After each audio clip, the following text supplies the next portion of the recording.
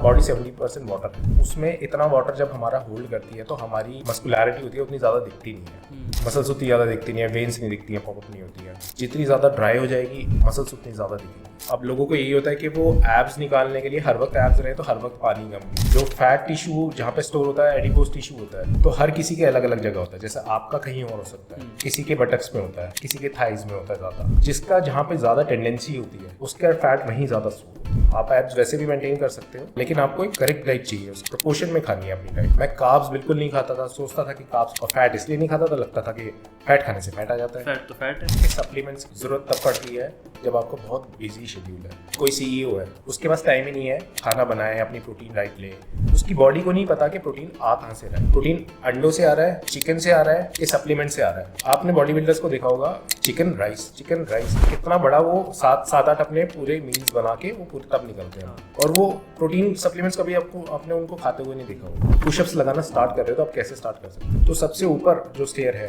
आप अपने पैर नीचे रखिए, आप वहाँ पे पुशअप मारिए, उस पे आपने 10-15 पुशअप मार लिए, आप एक लेवल नीचे आ जाइए। तो जैसे ही आप एक लेवल नीचे आते जा रहे हो, आपका सोया में 100 ग्राम में 51 ग्राम 52 ग्राम्स आपको प्रोटीन मिल जाता है। आपको प्रोटीन इंटेक लेना है, एकदम से ज़्यादा प्रोटीन है, आप ऑमलेट भी खा रहे हो तो ऑमलेट में भी आप चीज़ ऐड कर सकते हो, चीज़ स्लाइसेस आपने डाल दिए। तो मेंटेनेंस कैलोरी कैलकुलेटर आप जाओगे, वहाँ पे आप सर्च करोगे तो आपका सबसे पहले पेज खुलेगा, आप अपना वो पूछेगा आप कितने वर्कआउट करते हो, उसके बाद वो वेट पूछेगा, आपसे हाइट पूछेगा, आपसे एज पूछेगा, आपका जेंडर पूछेगा। अब वो आपको बताएगा कि आपका BMR इतना है, आपका बेसल मेटाबॉलिक रेट इतना है, कि अगर आप स्ट्रेचिंग होती है आपका होल्ड करना होता है, स्ट्रेच करके आप 30 सेकंड्स 40 सेकंड्स या 1 मिनट तक होल्ड करते हो एक पोजीशन को। और मोबिलिटी होती है मूवमेंट बेस्ड। तो मोबिलिटी होता है कि आप अपने जॉइंट्स को रेडी कर रहे हो कि वो आप एक्सरसाइज करने के लिए तैयार हो जाए। नेचुरल जो टेस्टोस्टेरोन बूस्ट करने की एक लिमिट होती है, टेस्टोस्टेरोन मान लो बूस्ट हो गया 100 लेवल तक, तो आप कितना भी टेस्टोस्टेरोन बूस्टर ले लो, वो 100 से ऊपर तो ले जाएगा नहीं।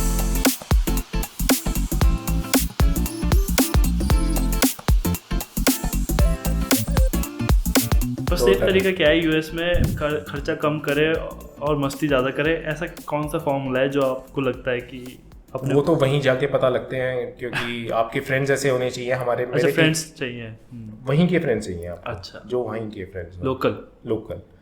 तो मेरे तो फ्रेंड्स, मेरे टीममेट्स थे, वो ब्लैक्स थे। हाँ। तो ब्लैक बहुत जल्दी डेवलप हो जाते हैं। हाँ। वो मेरे फ्रेंड बन गए थे, वो मैं इवन अपार्टमेंट में आके मेरे साथ रहते भी थे।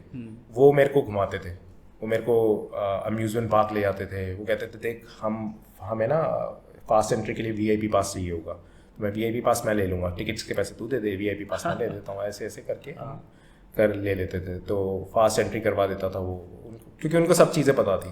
वहाँ के फ्रेंड्स होना बहुत ज़रूरी है अगर आपको पैसे बचाने हैं। और आपको रियल जगह घूमनी है, रियल मतलब मज़ा लेना है वहाँ का, यूएस का, तो भी आपके फ्रेंड्स होने चाहिए। क्योंकि वो ही आपको एक्सप्लोर करवाएंगे, उन्हें पता है कौन सी जगह अच्छी है। तो फिर आधा से ज़्यादा काम तो वही हैंडल कर लेते हैं ना, कि हाँ कि अब तो बस चलना है, घूमना है, बढ़िया। तो फिर हम पहुँच रहे हैं घर वालों के जद्दोजहद पे कि शादी कैसे करनी है, शादी करनी है या नहीं करनी। तो वो शादी फिर रिश्ते आने स्टार्ट हो गए उनके, आपके नहीं, मेरे नहीं, उनके। हाँ, तो गर्लफ्रेंड के रिश्ते आने स्टार्ट हो गए, तो फिर उसे फाइनली बताना पड़ा घर पे। तो उसने, और रिलेशनशिप अभी कितने साल की चल रही है? रिलेशनशिप को हो गए थे 4 साल हो गए थे। अच्छा, 4 साल बाद फिर उसने फिर बता दिया फाइनली अपने भैया को, बड़े भैया को। फादर को तो नहीं बताया, बड़े भैया को बता दिया। उन्होंने कहा मैं पापा से बात करता हूँ। उन्होंने बात की, वो हमारे घर पे आए, उन्होंने देखा हाँ भाई नॉर्मल है सब कुछ। तो उन्होंने कहा कि उन्होंने चेक किया होगा कि मनी माइंडेड हैं कि नहीं है। कहते देखो भाई हम तो ऐसी नॉर्मल सी फैमिली से, हम कुछ दे नहीं सकते। हमने कहा हमें कुछ चाहिए भी नहीं। मैंने बल्कि इवन ये सजेस्ट किया था उन्हें कि बड़ी शादी ना करके सिर्फ 7 लोग बुलाओ और एक नॉर्मल सी शादी करते हैं, फालतू का खर्चा करने की ज़रूरत ही नहीं है। लोग जो आते हैं आपकी शादी में खाना भी खाते हैं, चाहे फॉर्मेलिटी के लिए आते हैं, खाना खाते हैं, वो आपके खाने में कमियां निकाल के और 2 दिन बाद भूल जाते हैं। शादी हमें अपने लिए करनी है, अब एक रिलेशनशिप 2 फैमिलीज़ को जोड़ना है, तो हम ऐसे भी जोड़ सकते हैं। तो उनको पसंद आया ये आइडिया, बट उन्होंने कहा कि हमारी एक ही बेटी है तो हम अच्छे से शादी करेंगे। बड़ी जल्दी मान गए? कुछ ऐसा मसाला नहीं, कुछ नहीं हुआ, मसाला कुछ नहीं हुआ, लड़ाई झगड़ा कुछ मज़ा नहीं आया। ये तो एंटी फिल्मी हो गया। बट आपको लगता था कि कुछ चैलेंज आएगा, मतलब इसके अलावा कि आपको लगता था कि मैं स्टेबल हो जाऊंगा, उसके अलावा कोई और चैलेंज लगता था? उसके अलावा ये चैलेंज लगता था कि इंटरकास्ट मैरिज है। हाँ। तो हो सकता है कि प्रॉब्लम आ जाए। हाँ। बस ये मन में डर रहता था कि इंटरकास्ट मैरिज है तो वो ये ना बोल दें कि जी हम नहीं कर सकते, हम तो बाहर ही करेंगे। हाँ। तो लेकिन उन्होंने अपने रिश्तेदारों को भी बोल दिया था, प्रिपेयर करवा दिया था कि नहीं प्रिपेयर नहीं करा दिया था, उन्होंने ये बोल दिया था कि हमारे ही हैं।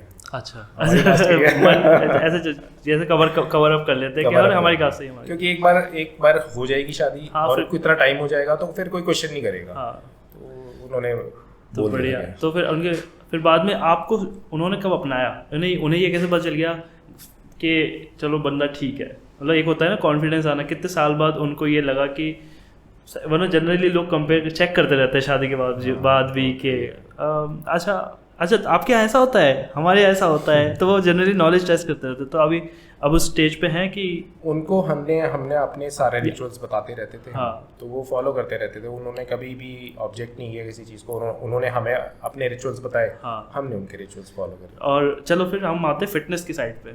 तो ये हो रहा है शादी, मतलब अब फिटनेस जा चुकी है लाइफ में। आप जॉब के साथ साथ कर रहे थे जिम? मैं जॉब के साथ साथ कर रहा था मैं। अच्छा, जॉब के साथ साथ जिम, यानी कि अभी भी आपने छोड़ा नहीं था कि पर्सनैलिटी तो बना के रहूँगा, बढ़िया बनाऊंगा पर्सनैलिटी। फिर नॉलेज कैसे इकट्ठी करना शुरू किया? और उस टाइम पे इंटरनेट तो था नहीं, तो कौन थे नॉलेज सोर्स जहाँ से पढ़ रहे थे, सुधार रहे थे अपने प्रोसेस को?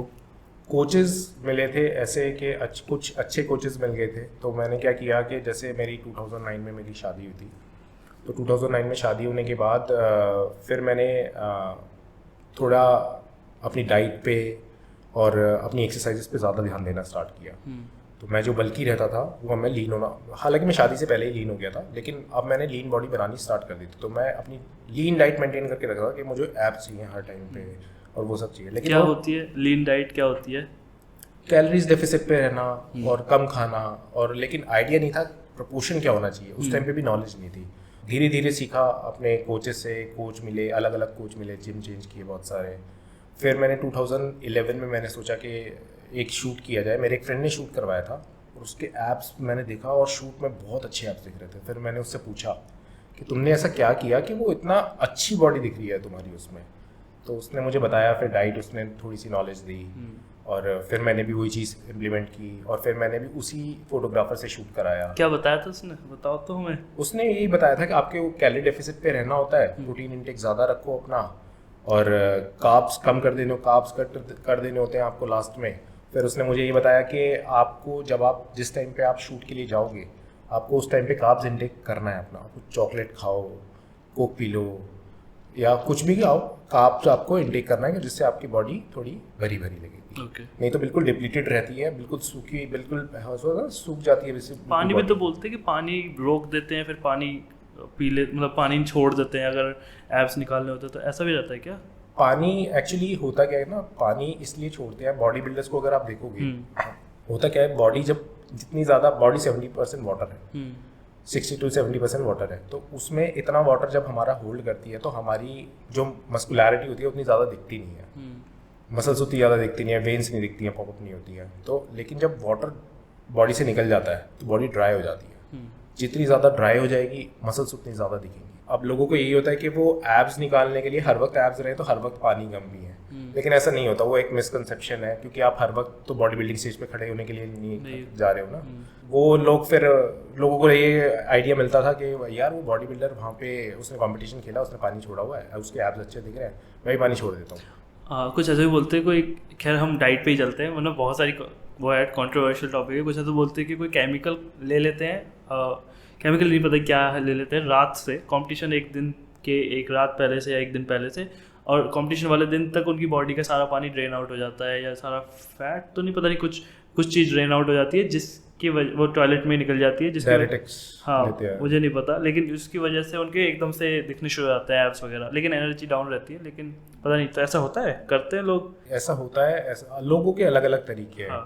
कोई सोना बात लेता है, सोना बात में क्या होता है, आपको पसीने आएंगे, पसीने से आपका वाटर निकलेगा और आप पानी पियोगे नहीं तो वाटर इंटेक जाएगा नहीं, तो आपके रेगुलरली वाटर निकलता रहेगा बॉडी से। कोई यूज़ करता है स्टीम, कोई ये डायरेक्टिक्स यूज़ करते हैं कि वो लेते हैं और उनका यूरिन के थ्रू वाटर निकल जाता है। अच्छा, सारा पानी निकल जाता है। और एक और चीज़ देखा था मैंने, बहुत सिली है, एक बंदा आयोडेक्स लगा के प्रेस कर रहा था मसल्स पे ताकि एब्स दिख जाए उसके।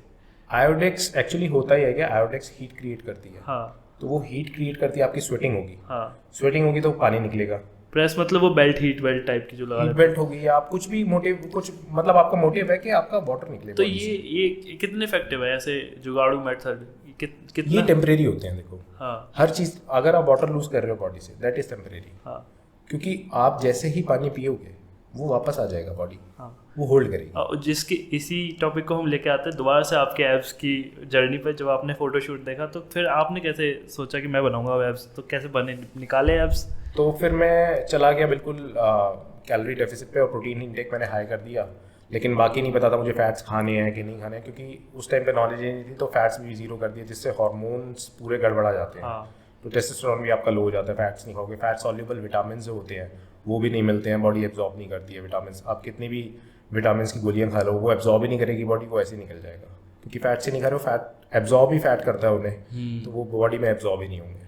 वो उस टाइम पे नॉलेज नहीं थी, तो कुछ ना कुछ करके वीक सा दिखता हुआ मैं पतला सा, और एब्स निकल रहे हैं, थोड़ी थोड़ी मसल्स दिख रही हैं, तो वो शूट हो गया। एब्स से रिलेटेड एक और मिथ भी है, मिथ है पता नहीं, मुझे भरोसा है इस बात पे कि एब्स की एक्सरसाइज आज मैं कर रहा हूँ, 1 महीना मैंने करी और छोड़ दी, तो एब्स की जगह ही फैट जमेगा सबसे पहले, ऐसा भी होता है क्या? ऐसा नहीं होता है कि एब्स की जगह पे ही फैट आता है। देखो हमारी बॉडी में ना बहुत सारे सेल्स हैं, तो जो फैट टिश्यू जहाँ पे स्टोर होता है, एडिपोज टिश्यू होता है, तो हर किसी के अलग अलग जगह होता है। जैसे आपका कहीं और हो सकता है, किसी के बटक्स में होता है, किसी के थाइज में होता है ज़्यादा, किसी के साइड हैंड, ये हाँ, लव हैंडल्स में love होता handles है, में। किसी का और कोई जगह हो सकती है। तो हर किसी का अलग अलग होता है।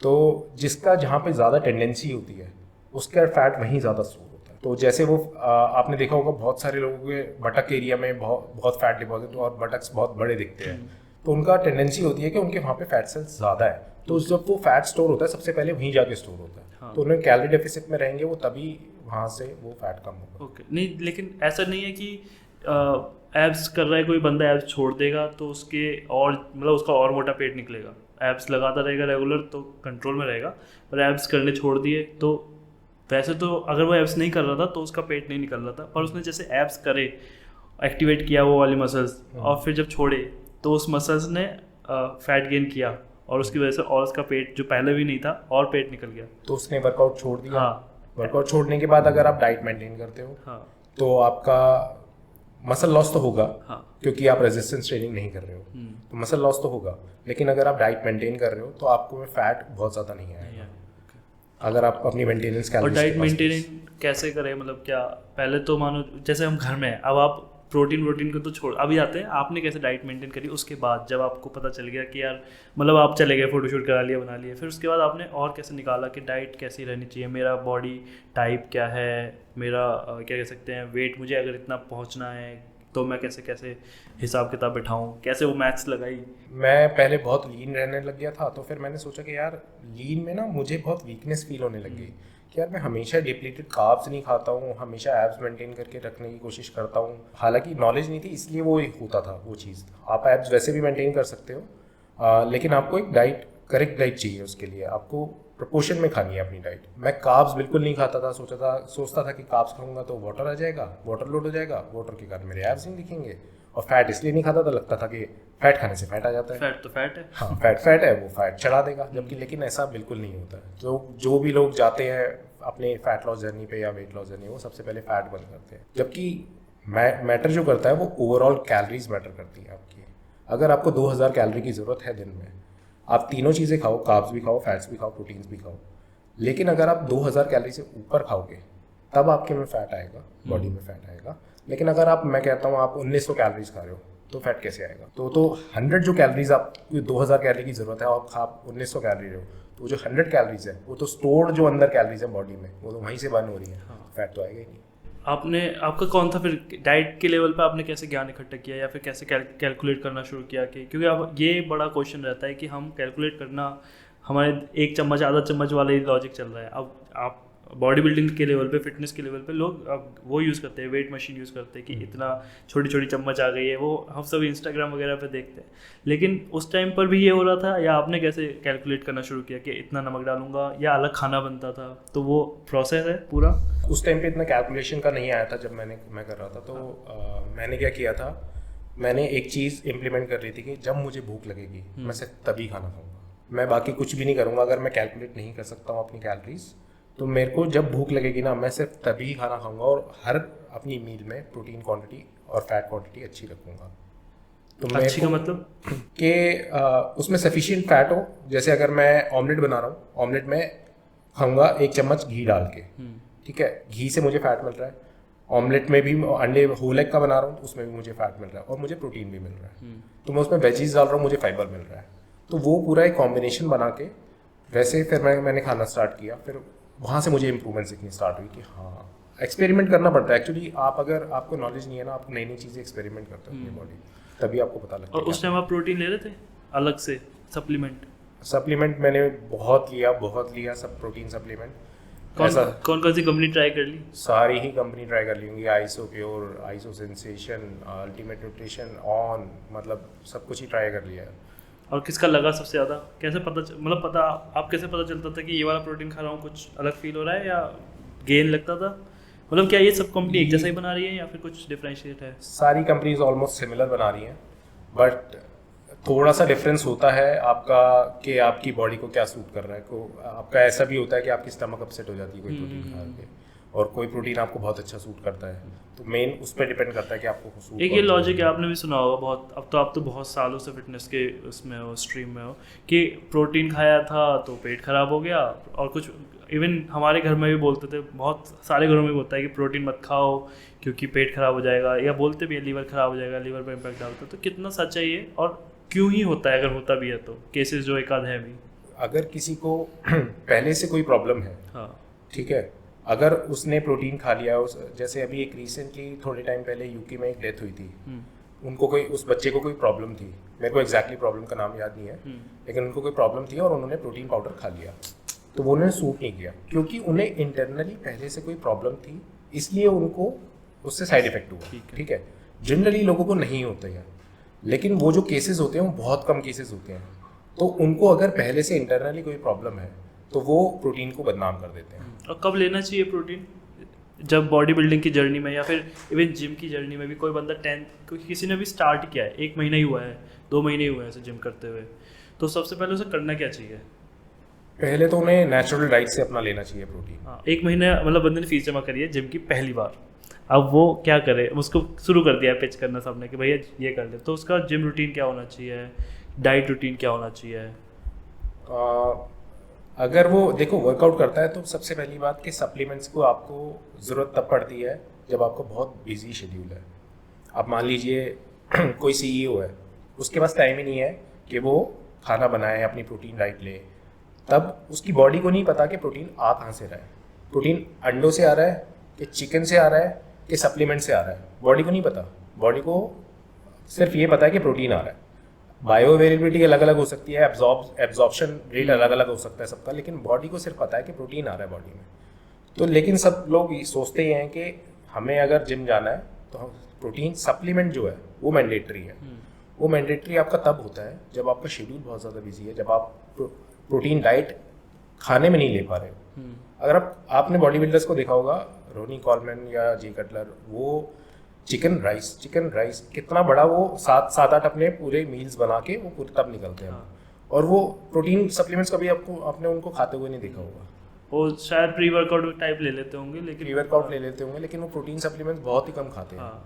तो वो मेन प्राइमरीली वो अपनी उससे फूड से वो फिल्टर और करते हैं। ऐसा भी होता है क्या, कोई पूछ रहा था मेरे से कि उसने नया जिम ज्वाइन किया था या बहुत दिनों के बाद जिम ज्वाइन किया था, तो बोलता है यार ये जो पैरों में थाई की मसल्स में दर्द होता है वो कैसे कम करूँ मैं, मतलब ऐसे कैसे अपने आप को प्रिपेयर करूँ जब मैं दोबारा जिम ज्वाइन कर रहा हूँ कि वो सोरनेस कम हो। तो मैंने अपने देसी दिमाग से बता दिया कि पहले थाई की एक्सरसाइज करने से पहले घर पे ही शुरू कर दो, वार्म अप, जंप, स्किपिंग करना शुरू कर दो, उठक बैठक लगाना शुरू कर दो, ताकि उनको पता चल जाए, मसल्स रेडी हो जाएं कि मेरे साथ कुछ होने वाला है। और फिर जाके लगाओ वेट, और वेट लगाओगे तो टोर तो मसल तो फटेगी और दर्द तो होगा ही, लेकिन कम होगा थोड़ा। तो मैंने तो ये दे दिया था। आप बताओ कि जो मसल मतलब जो कैसा भी दर्द, कंधे के दर्द, ये वाली मसल्स, जितने भी मसल्स हैं वो सब जब हम जिम में वेट लगा के आते हैं या बढ़ा के वेट लगाते हैं तो दर्द करती हैं। तो उस टाइम पे बंदा रिकवर कैसे करे? देखो, अगर कोई भी बहुत लंबे टाइम के बाद जिम ज्वाइन कर रहा है तो वो पेन तो आएगा ही आएगा। आप उसे मतलब नेग्लेक्ट नहीं कर सकते हो, आप उसे अवॉइड नहीं कर सकते आप उसे। वो एक अनअवॉइडेबल सिचुएशन है कि आप बहुत टाइम बाद कोई एक्टिविटी कर रहे हो तो वो आपको पेन करेगी मसल्स। वो तो एक प्रोसेस है कि आप इतने टाइम आपने मसल्स को रेस्ट दे दिया, मसल्स की मेमोरी खत्म हो चुकी है, अब वो वाली, अब वो वापस से ग्रो करेंगी तो वो मसल ब्रेक डाउन होगा, मसल्स को आदत पड़ेगी वेट को लिफ्ट करने की। तो वो एक जल्दी से रिकवर कैसे करें? आज दर्द हो रहा है, ठीक है, कल भी झेल लेंगे, उसके बाद कब तक चलता रहेगा ये? कैसे जल्दी रिकवर करें, क्या खाएं? रिकवरी के लिए आपकी स्लीप होती है बेस्ट। स्लीप से अच्छा कोई रिकवरी नहीं है। तो अगर आप अपना रेस्ट पूरा कर रहे हो, अपनी डाइट पूरी कर रहे हो, तो आपकी बेस्ट रिकवरी वही है, उससे अच्छा कोई रिकवर नहीं। और पहले उस पर आते हैं जो नए जिम ज्वाइन करते हैं। आजकल तो बहुत सारे बच्चे सब जिम, मतलब सब जिम तो नॉर्मल हो गया मुझे लगता है, जैसे फ़ोन नॉर्मल है ऐसी हर घर में अगर लड़का है तो वो जिम जाता होगा। तो जिन्होंने नया जिम ज्वाइन किया है, अब उनके कन्फ्यूजन रहता है कि हमसे पुशअप्स नहीं लगते, हमसे पुलअप्स नहीं लगते, तो उन पे कैसे या उन पे जाए एकदम जिम जाते उन पे टूट पड़े चिनअप्स पुलअप पे, या कुछ और भी कर सकता है जिससे धीरे धीरे स्ट्रेंथ बना के फिर चिनअप्स पुलअप्स करे? पहले तो उनको बॉडी वेट ट्रेनिंग करनी चाहिए जितनी ज़्यादा हो सके। जैसे कि क्या क्या? घर पे ही अगर वो कर सकते हो तो चिनअप्स पुलअप्स। अगर चिनअप्स के भी आपके लेवल्स होते हैं, अलग अलग लेवल्स पे बहुत सारे ट्यूटोरियल्स भी पढ़े हैं कि पहले आपने ऑस्ट्रेलियन पुलअप्स लगा लिए, फिर आप उसका लेवल बढ़ा के आप और एंगल आपने बढ़ाया। ऐसे ही मैंने एक मतलब ट्यूटोरियल बनाया था, आपने वैसे ही एक वीडियो बनाई थी कि अगर आप पुशअप्स लगाना स्टार्ट कर रहे हो तो आप कैसे स्टार्ट कर सकते हो। तो आप अगर आपके घर में स्टेयर्स हैं तो सबसे ऊपर जो स्टेयर है आप अपने पैर नीचे रखिए, आप वहाँ पे पुशअप मारिए, तो वो कितना ज़्यादा एंगल है आप देख रहे हैं। अगर तो अगर आपको उस पर आपने 10-15 पुशअप मार लिए, आप एक लेवल नीचे आ जाइए। तो जैसे ही आप एक एक लेवल नीचे आते जा रहे हो, आप ग्राउंड के पास आते जा रहे हो। और जब आप लास्ट सीढ़ी पे आओगे तब आप ऑलमोस्ट नीचे आ चुके हो। उसके बाद आप नीचे आ जाओगे ग्राउंड पे, तो आप इजीली पुशअप, आपकी स्ट्रेंथ बढ़ती जा रही है। जैसे आप नीचे आते जा रहे हो आपकी स्ट्रेंथ बढ़ती जा रही है, तो आप अपने लेवल्स घर पे ही बढ़ा सकते हो। पुलअप्स के साथ कैसे करें? बंदा देखो, पुलअप्स के लिए घर में कोई इंतजाम होता नहीं, दरवाजों पे लटकते हैं सब तो उसके अलावा कैसे घर में स्ट्रेंथ तो बनेगी नहीं पुलअप्स की, तो घर में कैसे पुलअप्स के लिए स्ट्रेंथ करें? घर में रेजिस्टेंस बैंड यूज़ कर सकते हैं। वो भी लाना पड़ेगा अब वो तो बताएंगे कैसे वो लाना पड़ेगा। तो फिर उसमें ये हो सकता है कि अगर आप टॉवल कहीं पे टांग सकते हो, टॉवल आप दो हाथ से पकड़ के ऊपर इजीली अपने आप को खींच सकते हो, तो वो ज़्यादा इजी हो जाता है। क्योंकि आप अगर कहीं पे ग्रिप बना रहे हो, आपकी ग्रिप ये प्रोन ग्रिप है, प्रोन ग्रिप में ऊपर आना आपके लिए ज़्यादा टफ हो जाता है। लेकिन आप ऐसे ग्रिप बनाओगे तो आपकी मसल्स स्ट्रांग होनी स्टार्ट होंगी एटलीस्ट। तो हमारे पुलअप्स के टाइम पे कौन सी मसल एंगेज होती है? बैक वाली, आपकी लैट्स की मसल्स यूज होती हैं। लैट्स की बेसिकली बैक की मसल। और आपने भी देखा होगा या किया होगा, सिलेंडर उठाते थे लोग एक एक हाथ पे, खाली सिलेंडर से बाइसेप्स लगा रहे हैं, और भरी बाल्टी खाली बाल्टी उससे वो कर रहे हैं, बाइसेप्स कर रहे हैं। तो ऐसा बोलते हैं लोग कि बचपन में वजन मत उठाओ, कम एज में वजन मत उठाओ, हाइट रुक जाएगी। कुछ ऐसा फ़र्क पड़ता है इस चीज़ से? नहीं, इनसे कोई फ़र्क नहीं पड़ता है। इवन मैंने तो मेरे फादर की हाइट थी 5 फीट और मेरी मदर की है 5 फीट हाफ इंच, और मेरी हाइट है 5 फीट 9 इंच। ज़्यादा ही हुई है, 9 इंच ज़्यादा है। हाँ। दोनों से ही तो ऑलमोस्ट। तो मेरे जेनेटिक्स गए हैं मेरे नाना जी की साइड पे, तो वहाँ पे मेरे मामा जी लंबे हैं और उनके बच्चे भी लंबे हैं। वो 6 फीट, एक मेरा कज़न है, उनका बेटा है, जो वो कज़न है 6 फीट 4 इंच का, और एक है 6 फीट 1 इंच का। तो मेरे जेनेटिक्स उस साइड गए हैं। हाँ। तो जेनेटिक्स इसमें बहुत मैटर करते हैं। हालांकि जेनेटिक्स अगर 70% मैटर करते हैं तो बाकी का 30% आपका न्यूट्रिशन और आपकी फिजिकल एक्टिविटी मैटर करती है। सब कुछ ही जेनेटिक्स भी नहीं होता है, तो 30% जो आपका 30 या 20 से 30% के बीच में है, वो आपका डाइट भी मैटर करती है और आपकी जो फिजिकल एक्टिविटी है वो भी मैटर करती है। राइट। फिर आते हैं हम उसी सवाल पे वापस कि जो स्ट्रेंथ बना रहे हैं, अब कितने दिन तक बंदा घर में स्ट्रेंथ पे काम करता रहे, और क्या क्या पोर्शंस है, क्या क्या मसल्स है जिससे उस पर काम करना है जिम जाने के लिए काबिल होने लायक, कि फिर वो वेट उठाना शुरू कर देगा 5 किलो 10 किलो जो भी डंबल्स हैं। पर घर पे अपने आप को जैसे स्टेमिना एक बड़ा पंगा है कि जिम में जाओ, सांस फूल रही है, या कैसे सांस लेनी है, बेहतर तरीका क्या है। हम मुंह से भी सांस ले लेते हैं, कभी कभी नाक से भी ले लेते हैं, और स्ट्रेस लगाते हैं जब तो सांस लेना भूल जाते हैं या सांस छोड़ना भूल जाते हैं। तो क्या है सही तरीका इसमें? तो ये तो एक्सपीरियंस के साथ आती हैं चीज़ें। हाँ। क्योंकि ब्रीदिंग जो होती है, एक आपको कुछ टाइम हो जाता है उसके बाद आप सीख पाते हो लेकिन अगर आपको पहले से ही किसी की गाइडेंस मिलेगी तो आप उसकी गाइडेंस के थ्रू आप जल्दी सीख जाओगे। हाँ। तो अगर कोई गाइड करने वाला अच्छा होगा आपके पास तो मेन होता है कि लोग क्रंचेस करते हैं जैसे, तो क्रंचेस में जब भी मसल आपका जनरली होता क्या है कि जब आपको मसल कॉन्ट्रैक्ट करते हो तो तब आपको सांस छोड़ना होता है।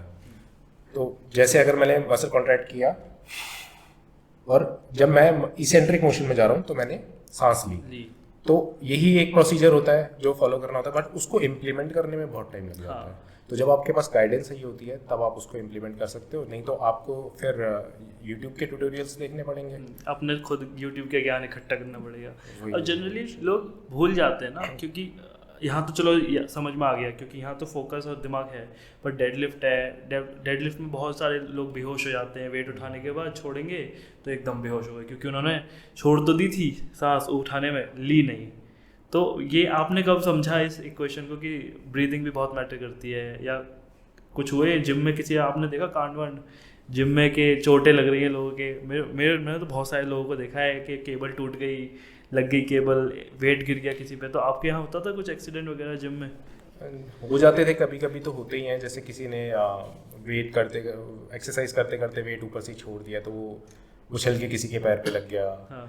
या फिर कोई केबल टूट गई है, कोई लैट पुल डाउन कर रहा है उसकी केबल टूट गई है। और आप रिस्क फ्री, मतलब आपका जिम का क्या रूटीन रहता था जब आप शुरू में जाते थे? कि आपने क्या, आपको क्या क्या गाइड करना शुरू किया लोगों ने कि पहले भाई तू जा? और मेरे जैसे एक थे वो बोलते थे कि जिम में आने के बाद 50 पुशअप्स लगाने हैं, फिर क्या नाम है 50 या 20 पुलअप्स लगाने हैं, फिर उसके बाद कोई वेट छुएगा कुछ करेगा। तो आप क्या था कुछ ऐसा स्केड्यूल? ऐसा तो कुछ नहीं था, हाँ। लेकिन जिस दिन हम लेग्स करते थे उस दिन बोलते थे कि पहले 100 स्क्वाट लगाने हैं आपको, उसके बाद आपको स्टार्ट 100 स्क्वाट, 100 फ्री स्क्वाट मारने हैं। हाँ। एक वो और भी थे, मैंने बहुत सारे लोगों को दिखाया, उन्होंने ही मुझे बोला था कि जिम या मैं चेस्ट मारी, मैंने लेग्स मारी, ये बोलने के बजाय ये बोलना, ये गलत होता है, ये बोलो कि लगाई और ये की या चेस्ट करी, क्योंकि तुम मार नहीं रहे हो चेस्ट, क्योंकि मार रहा है। उन्होंने मेरे मार के बोला कि ऐसे कि कोई मार रहा है तेरे को तो मारना नहीं, कुछ नहीं होता। तो फिर मैंने कहा हाँ बात तो सही है। उस दिन के बाद मैं कभी नहीं बोलता मारना, क्योंकि आप हम मसल्स को मार थोड़े रहे हैं, लेग्स को मार थोड़े रहे हैं। तो वैसा अभी बहुत सारे लोगों को देखा मैंने करते हुए।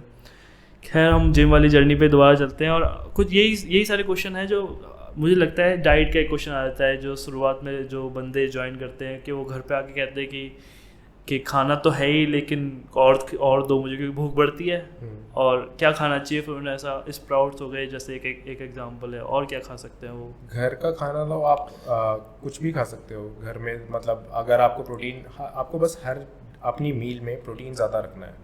प्रोटीन सबसे ज़्यादा मिलता है जैसे दालों में मिलता है, और दाल में होता है आपका पनीर होता है, आपका सोया होता है। आपका सोया में 100 ग्राम में 51 ग्राम 52 ग्राम्स आपको प्रोटीन मिल जाता है।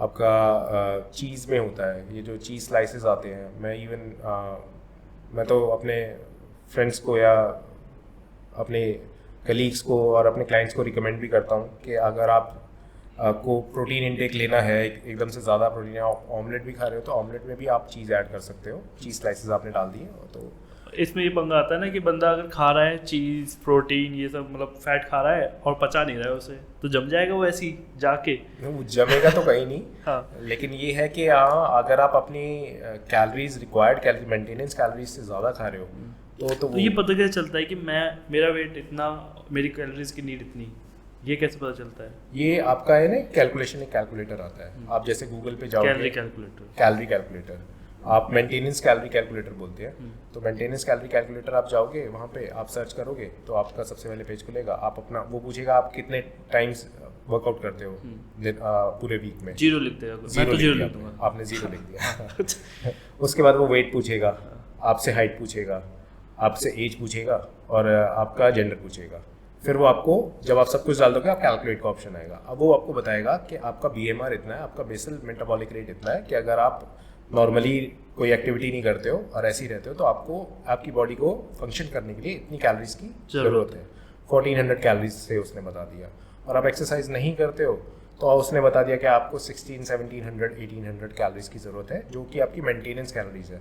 हालांकि एग्जैक्ट कोई नहीं बता सकता, वो भी एक अप्रॉक्सीमेट ही बताता है, बट उससे आपको एक आइडिया लग जाता है। और फिर उसी आइडिया के हिसाब से अब हम खाना कैसे शुरू करें, उसी आइडिया के हिसाब से। तो रोटी, क्योंकि हमारी रोटी वैसी बन रही है, दाल बन रही है, तो हम फिर ऐसे ढूंढना शुरू करना पड़ेगा ना मैं गूगल पे कि एक रोटी में कितनी कैलोरी या अच्छा ऐसी जो आजकल बहुत सारे ना एप्लीकेशंस आ गई हैं हाँ कि आप उसमें कैलोरी कैलकुलेटर बोलते हैं, और उनमें आप जैसे ही डालोगे कि जनरली लोग अगर कैलोरीज ट्रैक करते हैं तो वैसे ट्रैक करते हैं रॉ फूड लेके, कि अगर मैंने 50 ग्राम दाल बनाई है और वो 50 की 50 मैं ही खा रहा हूँ तो उसमें जितना वाटर है वो तो मिलेगा ही मिलेगा, लेकिन दाल तो मैंने 50 ग्राम्स खा ली ना। सही। लेकिन अगर आप एक दाल बना रहे हो, आपने वे नहीं की है, आपने एक कटोरी खाई, अब उसे एक कटोरी में कितना पानी था और कितनी दाल थी वो तो आपको आइडिया नहीं है। हाँ रॉ में फ़ायदा है, रॉ में मेजर करने में समझ में आता है, रॉ में आपको ईजी होता है। और एक मैंने लिख रखा है कि कंपटीशन वगैरह आपने खेलने का ट्राई किया या मन किया कभी कंपटीशन में जाने का? कंपटीशन का कभी ऐसा मन नहीं किया मैंने कहा। कोई आते हैं लोग आपके पास कि कंपटीशन जाना है, मुझे कुछ बताओ, टिप्स बता दो ऐसा? मैं उन्हें यही सजेस्ट करता हूँ, इंस्टाग्राम पे भी मेरे पास मैसेजेस आते हैं, जैसे एक लड़की का मेरे पास मैसेज आया था कि मेरे को प्रोफेशनली खेलना है। मैंने तो उन्हें जितने बॉडी बिल्डर्स हैं जो ट्रेन IFBB प्रो हो चुके हैं, मैंने उनको ID दे दिया। मैंने कहा देखो इनको कांटेक्ट करो आप मैं तो प्रोफेशनल बॉडी बिल्डिंग कराता नहीं हूँ, तो मैं तो एक फिटनेस ट्रेनर हूँ और मैं फिटनेस का आपको आइडिया दे सकता हूँ। मैं I am not a professional body building trainer, तो फिर उनको मैं आइडिया दे देता हूँ तो वो चले जाते हैं। नहीं तो बेसिकली आप टच ही नहीं करते उस डोमेन को कि body building, professional body building, हाँ आपको अलग ही डोमेन, अलग तरीके से प्रिपेयर करना पड़ेगा, वो बिल्कुल अलग ही डोमेन है। तो एक मेंटल और इमोशनल एस्पेक्ट रहता है, जहाँ हम बोलते हैं ना कि हमारी बॉडी मेंटली, अगर हम मेंटली स्ट्रांग है तो हम फिजिकली ज़्यादा वेट उठा सकते हैं, या फिजिकली हम जैसे आपके साथ हुआ जब आपको पैर का लगा था, या लोग जैसा आपने एक रील भी बनाई थी जिसमें बोल रहे थे कि अरे इंजर्ड पैर के साथ कैसे वेट उठा लेगा, और आपने दिखाया है कि मैं वेट उठा रहा हूँ अलग अलग सेट पे अलग अलग बढ़ा। तो आपका मेंटल इतना स्ट्रांग था, आप अपनी चोट को मान के नहीं चल रहे थे, इसलिए ही वो फिजिकली भी आप उसको दिखा पाए, रिफ्लेक्ट हो पाया। मेंटली कैसे स्ट्रांग बने, फिर वो फिजिकली की तरफ उसको रिफ्लेक्ट कैसे कर सकता है? कि मेंटली आपको फोकस करना पड़ेगा कि अगर आप कोई काम करने जा रहे हो तो आपका फोकस उसी पे होना चाहिए कि आपको उसी के बारे में सोचना है कि हाँ मैं ये चीज़ करने आया हूँ तो मैं ये अच्छे से करूँ, मैं कोई भी काम कर रहा हूँ तो मैं अच्छे से करूँ। तो आपको मेंटली उसमें फोकस रखना पड़ेगा। अगर आप वर्कआउट करने आए हो, आपका माइंड कहीं और चल रहा है, यार मेरा तो एग्ज़ाम है, मेरे को एग्ज़ाम्स, या तो आप एग्ज़ाम दो, एग्ज़ाम अच्छी तरह ख़त्म कर लो, उसके बाद आप जिम आ जाओ। अगर आप फोकस नहीं कर पा रहे हो वर्कआउट पे तो आप मत करो फिर वर्कआउट, तो रेस्ट दो अपने माइंड को। जब तक आपका माइंड, जनरली क्या होता है कि अगर आप, जैसे मेरे साथ होता था कि अगर मैं स्ट्रेस में हूँ तो मैं एक्सरसाइज तो मैं कर रहा हूँ बट मेरा माइंड प्रेजेंट ही नहीं है वहाँ पे, मैं सिर्फ फॉर्मेलिटी के लिए कर रहा हूँ। यहाँ पे हाथ चल रहे हैं, दिमाग कहीं और पे है, मसल माइंड कनेक्शन ही नहीं बना पा रहा हूँ। फॉर्मेलिटी के लिए वर्कआउट हुआ और वापस में कर। तो बेस्ट मसल माइंड कनेक्शन ये मैंने भी देखा है, कभी जैसे हम बोलते भी हैं वो लोग कि जैसे हम बाइसेप्स करते हैं तो बेस्ट मसल माइंड कनेक्शन होता है। जौन सी फेवरेट एक्सरसाइज होती है उसमें बेस्ट मसल माइंड का कनेक्शन रहता है या उसको कंट्रोल रहता है। तो आपको कैसे लगता है कि हम कैसे स्टार्ट करना शुरू कर सकते हैं बनाने? जैसे मैं अगर शोल्डर लगा रहा हूँ तो मेरे को, जैसे मुझे इंजरी हो जाती थी शोल्डर में, तो मुझे ये डर रहता था कि अगर मैं वेट सही तरह से उठा रहा हूँ, नहीं उठा रहा, या फिर कुछ गलत ना हो जाए, मतलब ऊपर नीचे ना हो जाए, मसल पुल ना हो जाए, तो उसको कंट्रोल में कैसे लाना है कि मैं सही उठा रहा हूँ, सही मोशन में जा रहा है। तो उस इतनी अवेयरनेस कैसे लानी है दिमाग को जगाए रख के? अगर कोई बिगनर है तो मैं उन्हें सबसे पहले सजेस्ट करूँगा कि सबसे पहले अपनी रेप्स पे कंट्रोल लाए, क्योंकि आप अगर इसेंट्रिक जो वापस लाने का जो फॉर्म होती है वो अगर आपकी स्लो एंड कंट्रोल्ड आ रही है तब आपका मसल माइंड कनेक्शन और बेटर बनेगा। और वो आप बेटर बना सकते हो। स्टार्टिंग में अगर कोई बिगिनर जाता है जिम में तो वो बेटर बनेगा उनका मशीन से। सबसे पहले वो अगर मशीन से वर्कआउट स्टार्ट करते हैं, क्योंकि अगर वो डंबल या बार से स्टार्ट करेंगे तो सबसे पहले स्टेबिलिटी इशू आएगा उनको कि इसको मैं स्टेबल कैसे करूं, ये तो कभी ये ऊपर जा रहा है कभी ये ऊपर हो रहा है, ठीक है, सबसे पहले स्टेबिलिटी। लेकिन मशीन में आपका स्टेबिलिटी इशू नहीं आएगा। अगर मैं मशीन में बैठ के चेस्ट प्रेस लगा रहा हूँ तो मैं आराम से ऐसे लगा सकता हूँ, पुश कर सकता हूँ एंड उसको इसेंट्रिक में आराम से ला सकता हूँ। तो सबसे पहले मशीन पे वर्कआउट स्टार्ट करे बिगनर, उसके बाद वो डंबल्स और बारबल्स पे मूव करे और वो सबसे पहले कंट्रोल ले आए अपनी मूवमेंट्स पे। अगर उनका कंट्रोल आ गया कि मेरे को अगर 1 सेकंड में पुश करना है और इसेंट्रिक मेरे को कॉन्ट्रैक्ट करके मेरे को इसेंट्रिक लाना है स्लो, 3 सेकंड में मैं वापस ला रहा हूँ, तो वहाँ पे उसका मसल माइंड कनेक्शन बहुत इंप्रूव हो जाएगा। हाँ, क्योंकि जनरली हम यही करते हैं कि जब पीछे लाते हैं तो जल्दी से ले आते हैं। तो जब बेसिकली जब आप उसको इसेंट्रिक जो मोशन बता रहे हो आप उसमें रखना है, तो उस टाइम में उसे ध्यान रखना है कि मैं मसल्स मेरी कैसे रिएक्ट कर रही हैं, कैसे वो पीछे आ रही है, क्या हो रहा है उनके साथ। तब उसको समझ में आ जाएगा कि अगली बार भी फिर उसका ध्यान जाएगा। बेसिकली एक बार में तो कोई चैंपियन बनता नहीं है एक्सरसाइज, वो धीरे धीरे ही समझ में आएगा उसे। तो शुरू में कितना कम वेट से शुरू करना चाहिए, क्योंकि वैसे ही बोलते हैं ना कि अगर शुरू में तुम कम वेट करोगे तो तुम्हें हैबिट बन जाएगी, बढ़ा ही नहीं पाओगे वेट। तो एक होते दो किलो के डंबल रखे होते हैं, और 5 किलो के भी और 10 किलो के भी। तो कम की डेफिनेशन क्या है, शुरू में कितना कम की डेफिनेशन? देखो, हर किसी की बॉडी की कैपेसिटी अलग अलग होती है, हर किसी की बिल्ड अलग होती है, हर किसी की स्ट्रेंथ अलग होती है। तो आप ऐसा नहीं बता सकते कि आपको भी 5 किलो लगाना है, आपको भी 5 किलो लगाना है और आपको भी 5 किलो लगाना है। तो आप अपनी स्ट्रेंथ के हिसाब से आपको जज करना पड़ेगा। हाँ, जिसको जैसा अच्छा लग रहा है, जे आपको कहाँ पे ज़्यादा मसल माइंड कनेक्शन फील हो रहा है, आप कहाँ पे कंट्रोल ज़्यादा मूवमेंट कर पा रहे हो। अच्छा, जहाँ पे आपकी मूवमेंट कॉम्प्रोमाइज हो रही है, फॉर्म कॉम्प्रोमाइज हो रही है, आपको वहाँ पे वेट कम करना। क्योंकि अगर वो 5 किलो का भी, अगर 10 किलो का भी उठा पा रहा है और सही से कर पा रहा है, ठीक है, और ना कोई 10 किलो पे ही घूम रहा है, हिल रहा है, पूरा नाच रहा है, तो वो तो पता ही है कि तुम्हारा मोमेंटम लेके कर रहा है, तो वो पूरी बॉडी ले जा रही है लोड, ना कि तो वो पर्टिकुलर मसल ले रही है। तो वो ईगो लिफ्टिंग हो गई। ईगो लिफ्टिंग हो गई। आपने शुरू में करी थी ऐसी कोई गलती ईगो लिफ्टिंग वाली? सब करते हैं। हाँ, सब करते हैं, और हमें तो नॉलेज नहीं थी, तो हम तो कुछ भी करते थे। हाँ, मैंने तो ऐसा भी किया है कि इनिशियल डेज में जल्दी बॉडी बनाने के लिए कि जल्दी बॉडी बन जाएगी तो 4 घंटे वर्कआउट कर लिया। हाँ, तो ऐसा भी किया है, बट ऐसा होता नहीं है। अगर ऐसा हो तो लोग पूरे दिन ही जिम में रहे और 2 महीने में बॉडी बना के बाहर आ जाए। हाँ। तो ऐसा होता नहीं है। बट कौन सी फेवरेट एक्सरसाइज थी आपकी? मेरी ऐसा कोई फेवरेट एक्सरसाइज मेरी कोई, मेरे पहले मैं उस टाइम पे थी ट्राइसेप्स। हाँ, क्योंकि ट्राइसेप्स मेरा ज़्यादा दिखता था, तो ट्राइसेप्स ही मारता रहता था मैं। तो अब ऐसा है कि अब तो कुछ भी नहीं है, अब तो सब कुछ ही, मोबिलिटी मेरा बेस्ट। सत्य का ज्ञान हो चुका है आपको ऐसा। अभी मेरी बाइसेप्स है, मुझे अभी वही है जो दिखती ज़्यादा है ना, हम तो उसकी तरफ चले आते हैं। बैक और बाइसेप्स लगता है मुझे कि उस दिन बहुत मज़ा आएगा, बाकी लेग्स वाले दिन कि ठीक कर लेंगे। अब इसीलिए मैं सोच रहा था कि क्या कहते हैं, बॉक्सिंग स्टार्ट करूँ, सीखूँ, ताकि फुट वर्क ज़्यादा रहता है बॉक्सिंग में, पैरों का ज़्यादा एंगेजमेंट है, तो उसमें मैं सोच रहा हूँ कवर अप कर लूँगा। बट एक होता है मसल फटीक, और जिसमें अगर नहीं भी होता है मसल को फटीक, हम दिमाग में फील करना शुरू कर देते हैं कि अरे यार लगातार जिम जा रहा हूँ मैं, रेस्ट नहीं मिल रहा है, और संडे को गेम खेल लिया था, फुटबॉल खेल लिया था, तो इस वजह से ये मंडे को भी है, या फिर अभी एग्ज़ाम चल रहे हैं, एग्ज़ाम में मेरा दिमाग इतना इंगेज हो रखा है, स्ट्रेस हो रखा है, कहीं मुझे फटीक ना हो जाए, ये ना हो जाए। तो मसल फटीक, और वो मेंटली कैसे उसको हम पहले मेंटल लेवल पे कैसे उसको ओवरकम करें, फिर हम फिजिकली कैसे करें। तो मसल फटीक वाला कंसेप्ट कैसे दूर करें? Muscle fatigue during the workout या नहीं, घर पे ही है अभी तो। घर पे ही? हाँ। तो वो तो देखो, रिकवरी जो होती है, रिकवरी का हम पहले हमने डिस्कस किया था कि रिकवरी बेस्ट होती है आपका न्यूट्रिशन एंड स्लीप। जब तक आप अपना न्यूट्रिशन एंड स्लीप ठीक नहीं करोगे, तब तक आपकी रिकवरी 100% होगी नहीं। मैंने खबीब का देखा था एक, तो खबीब का कोई इंटरव्यू ले रहा था, तो खबीब तो अभी तक कभी हारे नहीं है। हाँ, नहीं हारे। तो उनसे पूछा था कि what is the best way you recover? Sleep. I sleep, I workout, I eat and I sleep. फिर से उठता है, फिर वर्कआउट करता है, खाता है, सो जाता है। तो यही करता है वो। तो स्लीप से अच्छा कोई रिकवरी नहीं। और जो हमें कभी कभी थॉट आने शुरू हो जाते हैं कि यार मेरे को अभी बुखार हुआ है, या फिर मेरे को जुकाम हो रहा है, सांस नहीं ले पाऊंगा सही से, मेरा मन नहीं कर रहा है, तो ऐसे में जाना चाहिए जिम जब आप अच्छा ही फील नहीं कर रहे हो? नहीं, अब अगर आपको कोई भी फिजिकली आप फिट नहीं फील कर रहे हो, आपको कोई प्रॉब्लम है, कोई बीमार फील कर रहे हो अपने आप को, तो अपनी बॉडी को अननेसेसरीली पुश करोगे तो आपकी बॉडी ऑलरेडी वीक स्टेट में है, तो आपकी वीक स्टेट और ज़्यादा बढ़ जाएगी। पर इसमें फिर बंदा कंफर्ट जोन में भी तो चला जाता है। ऐसा तो कभी मन करेगा ही नहीं, ऐसे तो मैं बहुत दिनों तक जिम नहीं जा पाऊंगा।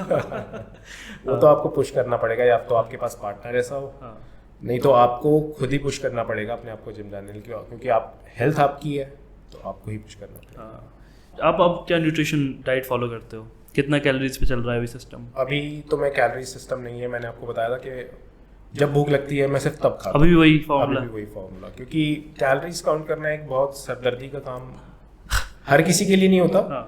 लेकिन मेरे को लगता है कि मैं जनरली रिकमेंड कर देता हूँ डाइट कि आप इतनी कैलोरीज, जब मैं डाइट बनाता हूँ तो मैं कैलोरीज देख के बनाता हूँ कि आप इतनी डाइट, ये आपको इतना खाना है। लेकिन जनरली अपने ऊपर जब मैं करता हूँ तो मैं भूख लगने पे ही खाता हूँ, तब मेरे को अच्छा एक्टिव फील होता है।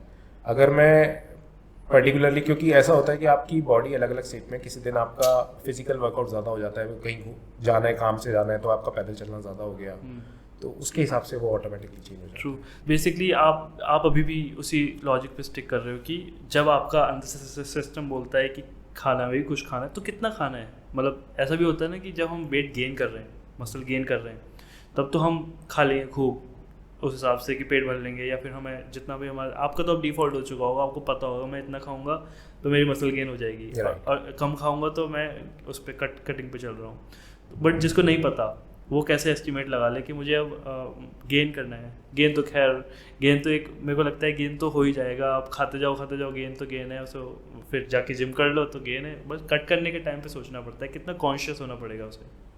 फिर आपको कैलोरी काउंट, अगर आपको प्रॉब्लम है कैलोरी काउंट करने में, तो आपको एक आइडिया लेना पड़ेगा कि मैं अगर इतना खा रहा हूँ, आपको एक डाइट चार्ट बनाना पड़ेगा, खुद से डाइट चार्ट बनाओ कि मैं इतनी कैलोरीज का अगर डाइट चार्ट बनाता हूँ तो मैं उसमें अंदाजन कितनी रोटी खा रहा हूँ, कितने मैं एग्स खा रहा हूँ, तो उससे आपको एक आइडिया मिल जाएगा कि आप एक आइडिया ऑटोमेटिकली लगा पाओगे कि भाई मैंने इतने अंडे खाए, अगर मैंने 2 अंडे कम खा लिए तो मेरी इतनी कैलोरीज ऑटोमेटिकली।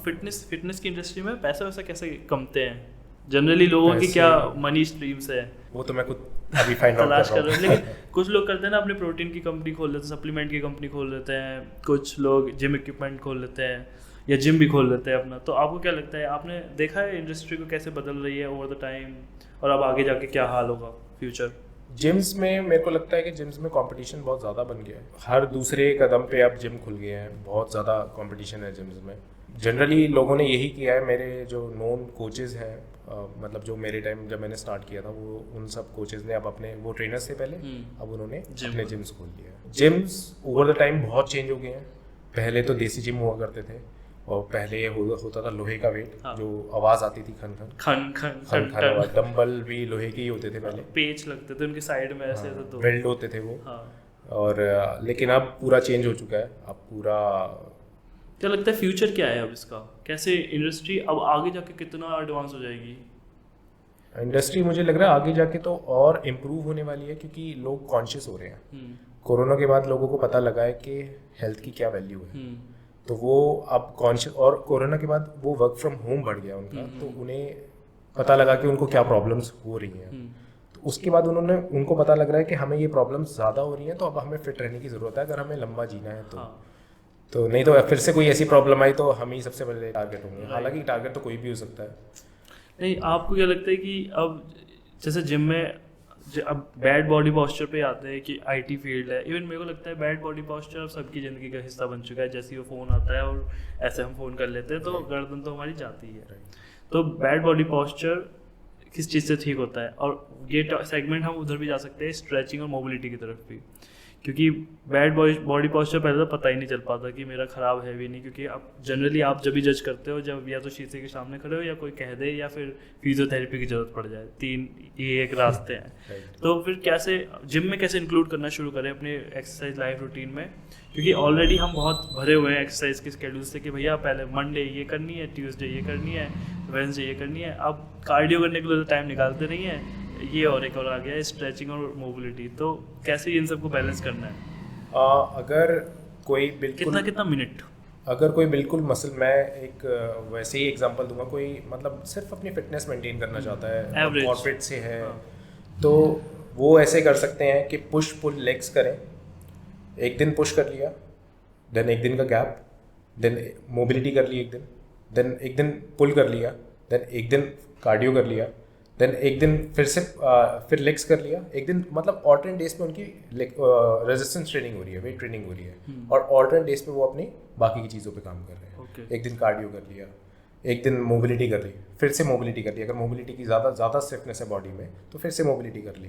2 दिन आपकी मोबिलिटी हो गई, 3 दिन आपकी वेट ट्रेनिंग हो गई, एक दिन आपका कार्डियो हो गया। और ये टाइम उन पर डिपेंड करता है, 1 घंटा करना है, आधा घंटा करना है, जितना भी उनका मन करे। वो आपको अपने टाइम जो अवेलेबिलिटी है उनके पास, उसके हिसाब से वो स्केड्यूल बना सकते हैं। जितना आप कर सकते हो, झेल सकते हो, जितना झेल सकते हैं, या फिर जितना आपका टाइम मीटिंग्स हैं, अगर आपकी वो टाइम अलाउ नहीं करता तो उसके हिसाब से। नहीं वो सही है। और मोबिलिटी की बात, स्ट्रेचिंग की बात करें तो क्या क्या नॉलेज सोर्स बनते हैं, क्या क्या बेसिक स्ट्रेचिंग्स रहती हैं जो करनी चाहिए, जिससे कि हमारा पॉस्चर थोड़ा नॉर्मल, हमारी स्पाइन सीधी हो जाए, गर्दन ठीक हो जाए? तो मोबिलिटी एंड स्ट्रेचिंग, देखिए स्ट्रेचिंग तो हम जनरली वर्कआउट के बाद करते हैं। मैंने बहुत हाँ, सारे ये भी है एक डाउट कि वर्कआउट से पहले करें वर्कआउट के बाद करें, स्ट्रेचिंग का क्या सीन है? स्ट्रेचिंग हमेशा में, मोबिलिटी हमेशा पहले करनी चाहिए, क्योंकि हम अपने, मोबिलिटी होती है हमेशा मूवमेंट बेस्ड, और स्ट्रेचिंग होती है आपका होल्ड करना होता है एक जगह। स्ट्रेच करके आप 30 सेकेंड्स 40 सेकेंड्स या 1 मिनट तक आप होल्ड करते हो एक पोजीशन को, और मोबिलिटी होती है मूवमेंट बेस्ड, कि आप उस पोजीशन को आप घुमाए जा रहे हो, अपने जॉइंट को मूव किए जा रहे हो। तो मोबिलिटी होता है कि आप अपने जॉइंट्स को रेडी कर रहे हो कि वो अब एक्सरसाइज करने के लिए तैयार हो जाए। अच्छा, जॉइंट स्पेसिफिक है वो? जॉइंट स्पेसिफिक नहीं, मसल स्पेसिफिक। अगर आपके जॉइंट्स मूव कर रहे हैं तो आपकी मसल्स भी उसमें स्ट्रेच हो रही है, लेंथन हो रही है। तो लेकिन आप उसमें होल्ड नहीं करके रख रहे हो, मूवमेंट हो रही है, देन वो फटाफट वापस उसी पोजीशन में आ समझ जाएगी। गया। लेकिन स्ट्रेचिंग में क्या होता है, आप उसको लेंथन कर रहे हो, आप अपनी मसल को रिलैक्स कर रहे हो। तो अगर आप स्ट्रेचिंग पहले करते हो तो वो इतना अच्छा परफॉर्मेंस नहीं दे पाएगी आपकी वेट ट्रेनिंग में। तो इसलिए आपको पहले मोबिलिटी करनी चाहिए, और देन आपको वेट ट्रेनिंग, और देन उसके बाद स्ट्रेचिंग। और कार्डियो जनरली लोग, बहुत सारे लोग देखा मैंने भगते रहते हैं ट्रेडमिल पे, और कुछ लोग देखा है कि 15 मिनट के बाद भी बोल देते हैं यार हो गया मेरा तो कार्डियो इतना हो गया। तो कौन सा इफेक्टिव है, जो 1 घंटा भग रहा है, 15 मिनट भग रहा है, या कुछ बॉडी टू डिफरेंट करता भी है, अलग अलग बॉडी का अलग अलग है, बट बेस्ट कोई है जो लगता है कि इतना तो एटलीस्ट आपकी पूरी बॉडी वार्म अप हो जाएगी और फिर आप वेट ट्रेनिंग कर सकते हो? आपको ज़रूरी नहीं है। आपको सबसे पहली बात, अगर आपका गोल है फैट लॉस या मसल बिल्डिंग, तो आपको कार्डियो तो कभी पहले करना ही नहीं चाहिए। ओके, ठीक है। और उसके बाद, क्योंकि आप क्या करोगे, आपका गोल है मसल बिल्डिंग। मसल बिल्डिंग कैसे होगी? स्ट्रेंथ ट्रेनिंग जब आप अच्छा परफॉर्मेंस दोगे तो तभी वो मसल बिल्ड होगी। फैट लॉस भी आपका मसल बिल्डिंग के थ्रू ही होता है। तो आपने अपनी एनर्जी तो आपने कार्डियो में वेस्ट कर दी। तो अब जब तक आप मसल बिल्डिंग के लिए आए, जब अब तक आप स्ट्रेंथ ट्रेनिंग के लिए आए, अब आपके में एनर्जी उतनी है नहीं। हाँ, तो आपकी एनर्जी वहाँ वेस्ट होगी। तो आपको, अगर जो गोल है आपका, अगर आपका गोल है कार्डियो इंप्रूव करना, तो आप कार्डियो पहले कीजिए। सेकेंडरी अगर आपका रेजिस्टेंस ट्रेनिंग है, मसल बिल्डिंग आपका सेकेंडरी गोल है, तो बाद में आप वो कीजिए। लेकिन अगर आपका गोल फैट लॉस या मसल बिल्डिंग है, तो आप पहले वो कीजिए, मोबिलिटी कीजिए, अपनी बॉडी को प्रिपेयर कराओ, वार्म अप करो अच्छे से, देन आप करो रेजिस्टेंस ट्रेनिंग, स्ट्रेंथ ट्रेनिंग, उसके बाद आप कार्डियो कर सकते हैं। अच्छा, हाँ, ये बड़ी गलती करते हैं हम लोग। मैंने भी बहुत बार गलती करी है कि सीधे जाएंगे ट्रेडमिल पे चढ़ जाएंगे, फिर उसके बाद सोचेंगे कि हाँ बॉडी खुल गई, अब उठाएंगे वेट। ये बहुत कॉमन गलती है। और सोचो, अगर आप बहुत सारे लोग फास्टेड ट्रेनिंग भी करते हैं कि वो सुबह सुबह कुछ खाते नहीं है और फास्टेड ट्रेनिंग कर रहे हैं। अब आपने वहाँ पे इतनी एनर्जी लगा दी है, ऑलरेडी आपकी स्टोर्ड एनर्जी थी वो वहाँ पे लग चुकी है, अब आप वेट ट्रेनिंग करने जाओगे, क्या परफॉर्मेंस दोगे आप उसमें? सारी एनर्जी आपने वहाँ वेस्ट कर दी, मैक्सिमम एनर्जी। बिल्कुल। बेसिकली फैट लॉस करने का लड़कों का तो मेरे को लगता है, या किसी का भी मेन रीज़न यही होता है कि जॉ लाइन दिख जाए, और जो ये फैट जम रहा है इधर उधर, ग्लैंड्स जम रहे हैं जो हमारे, वो कम हो जाए। तो क्या इफेक्टिव तरीका है कि फैट लॉस, तो चलो हम प्रोसेस शुरू करते हैं ना, क्योंकि एक ऐसा तो है नहीं कि बस जिम में ही फैट लॉस हो रहा है, सब जगह ही हो रहा है। तो जॉ लाइन और ये ग्लैंड्स, मेमोरी ग्लैंड्स, ये सब, इनका तो डाइट वन, दूसरा रनिंग वगैरह। और क्या वेट लिफ्टिंग भी कर सकते हैं? मतलब अलाउड है कि फैट लॉस की जर्नी पर बंदा हैवी वेट उठा सकता है? आपको फैट लॉस अगर आपको करना है, देखिए फैट लॉस और वेट लॉस में डिफरेंस होता है। हाँ, ठीक है। जब हम वेट लॉस करते हैं तो हमारा फैट जाता है, हमारी मसल्स आती हैं और हमारा वाटर जाता है। अच्छा, मसल्स भी जाएंगी? हाँ, मसल्स भी जाएंगी, क्योंकि वेट लॉस में आप रेजिस्टेंस ट्रेनिंग नहीं कर रहे हो, आप या तो रनिंग कर रहे हो। जनरली जो लोग सुबह आपको वॉक करते दिखते हैं, वॉक करते हैं, वो अपनी कैलोरीज बर्न करने का तरीका है कि आप ज़्यादा कैलोरीज बर्न कर रहे हो। ठीक है। लेकिन आप रेजिस्टेंस ट्रेनिंग नहीं कर रहे हो अपनी मसल्स को प्रिजर्व करने के लिए या बिल्ड करने के लिए। उसकी स्टेट कायम रखने के लिए कुछ नहीं कर रहे हो। आप भले ही प्रोटीन भी खा लोगे, लेकिन वो मसल तो ब्रेक डाउन नहीं हो रहा ना, प्रोटीन खाने से कोई फायदा नहीं होगा। आपका वहाँ पे वेट लॉस हो रहा है अगर आप कार्डियो ट्रेनिंग कर रहे हो। लेकिन अगर आप फैट लॉस करना चाहते हो, तो फैट लॉस करने के लिए आपको रेजिस्टेंस ट्रेनिंग तो करनी ही पड़ेगी, वो तो मस्ट है। आप कैलोरी डेफिसिट में तो रहोगे ही रहोगे, लेकिन आपका प्रोटीन इंटेक अच्छा रहेगा, प्लस आपको रेजिस्टेंस ट्रेनिंग या वेट ट्रेनिंग करनी बहुत ज़रूरी है। और ये जॉ लाइन के लिए क्या करें? जॉ लाइन, और कहते हैं ना कि मेमोरी ग्लैंड्स जम जाते हैं बच्चों के यहाँ पे, वो कैलोरी डेफिसिट आप जैसे ही, सबसे पहला इसमें आप sugar and salt cut down करोगे। मैं ये नहीं कह रहा बंद कर दो, क्योंकि सडनली किसी की लाइफ में आप एकदम ड्रास्टिक चेंज कर दोगे तो वो रह नहीं पाएंगे उसके बगैर। एक ऐसा चेंज करना बहुत टफ होता है। तो आप धीरे धीरे चीज़ों को रिड्यूस करो। हाँ। शुगर को कट डाउन करो धीरे धीरे, और अपने सॉल्ट को कट डाउन करो धीरे धीरे। कितना कम करें, क्या क्या अब एवरेज? जितना आप एवरेज जितना आप आधा लेते कर थे दें, पहले आधा उसको थोड़ा थोड़ा कम करते रहो, तो एक टाइम पे आपका बहुत कम हो जाएगा। तो तब आप देखोगे आपके फेस में बहुत चेंजेस आने स्टार्ट हो गए हैं। पर्टिकुलरली जब आप शुगर कम करते हो आपके फेस में बहुत ज़्यादा चेंजेस आते हैं। आपकी जो ये सिंपल शुगर होती है, कार्बोहाइड्रेट्स जो होते हैं जनरली वो वाटर रिटेन करके रखते हैं। जब आप बहुत ज़्यादा कार्बोहाइड्रेट्स खाते हैं वाटर रिटेन होल्ड करते हैं बॉडी में, बॉडी फ्लफी रहती है उससे। और ये आपने देखा होगा जिम में जो लोग जाते हैं वो अंडे खाते हैं और बोलते हैं योग निकाल दे भैया, तो क्या ये सही है या योग खा सकते हैं ये, या फिर ये अलग ही कहीं से मिथ चली थी वो मिथ चली आ रही है कि ये अभी अभी रिसेंटली चेन, मतलब मैं तो कुछ टाइम से देख रहा हूँ कि अब तो हर कोई रिकमेंड करता है कि आप होल एग्स खाओ। हाँ, पूरा अंडा खाना है। पूरा अंडा आपको खाना है क्योंकि आपको फैट्स भी नेसेसरी हैं। हाँ, और उससे आपको फैट्स मिलते हैं और फैट्स वो बहुत ज़रूरी हैं। क्यों चली फिर ये योग निकालने की कहानी क्यों आई मार्केट में? वो पुरानी है, तो देखो नई नई स्टडीज़ आती हैं हाँ। ना, स्टडीज़ चेंज होती रहती है आपकी। अभी कोई नई स्टडी आ जाएगी कुछ और बता देगी तो ये भी है। हम भी उन्हीं से लर्न करते हैं स्टडी से। हाँ, फिर एक बड़ा कॉमन है कि खजूर खा लो फिर जिम चले जाओ, अच्छी एनर्जी रहती है। तो ऐसी कोई डाइट्स भी बनती है जो बंदा अगर ऐसा फील कर भी रहा है, हाँ उसने मतलब क्या कह सकते हैं मैस्टरबेट कर लिया, सेक्स कर लिया, उसके बाद वो जिम जा रहा है, जाना चाहता है, तो कुछ खा ले, अच्छी डाइट कर ले अपनी। बहुत सारे लोग प्री वर्कआउट मील्स लेते हैं। हाँ, जैसे कि दही आलू ले लिया, या और कोई किसी के को कार्ब्स खा लेता है, कोई कार्ब्स लोडिंग करता है कि भाई अगर मैं मेरे ग्लाइकोजन लेवल अच्छे रहेंगे, भरे रहेंगे, तो मैं ज़्यादा वेट उठा पाऊंगा। तो हर किसी का अलग अलग तरीका है। कोई दही आलू खा लेता है, जैसे मैं जनरली मैं बहुत ज़्यादा कुछ खाता नहीं हूँ। मुझे फास्टेड या खाली पेट की ट्रेनिंग बहुत अच्छी लगती है क्योंकि मैं उसमें अच्छा परफॉर्मेंस दे पाता हूँ। एब्स कर रहा हूँ तो मैं एब्स इफेक्टिवली कर सकता हूँ कि पेट उसमें भरा भरा, हालांकि उस टाइम तक तो बर्न हो जाता है लेकिन फिर भी मुझे अच्छा फील होता है। कितना पहले तक प्री वर्कआउट इस वाले खाने की बात कर रहे हैं? आप 40 मिनट्स पहले ले सकते हो। हाँ। कि आपका अगर 40 मिनट्स पहले आप ले रहे हो तो उस टाइम तक आपके डाइजेशन पे ज़्यादा प्रेशर ना पड़े। हाँ। क्योंकि ये होता ही है ना कि अगर हम एक्सरसाइज कर रहे हैं, मैं बाइसेप की अगर एक्सरसाइज कर रहा हूँ तो मेरा ब्लड फ्लो यहाँ की जगह डाइजेशन पे ज़्यादा फोकस करेगा अगर वो अंदर ही है तो। और जो केले खाने की बात करते हैं कि जिम से पहले केले खा जाओ, तो वो भी 45 मिनट्स या इसी की बात कर रहे हैं? हाँ, पहले 45 मिनट्स 45 मिनट्स पहले लेके आप। हाँ, और एक ये अब नया सिस्टम आया है, नया चीज़ें इंट्रोड्यूस हुई हैं। पहले तो प्रोटीन तक ही सीमित था, अब क्या नाम है, बायोजाइम्स, केराटिन, BCAA, मोनोहाइड्रेट्स, तो ये सब भी है मार्केट में। तो ये कब आदमी को लेना शुरू करना चाहिए, या लेना भी चाहिए, नहीं लेना चाहिए? मैं मानता हूँ कि क्रिएटिन एक रिक्वायरमेंट है अगर आपको स्ट्रेंथ बढ़ानी है अपनी। क्रिएटिन एक बहुत अच्छा सप्लीमेंट है। प्रोटीन आपकी बेसिक रिक्वायरमेंट है अगर आपको मसल बिल्ड करनी है। तो अगर आप खाने से ले सकते हो तो खाने से ले लो, अगर आपको लगता है कि आप खाने से नहीं पूरी कर सकते हो तो आप सप्लीमेंट कर सकते हो उसे।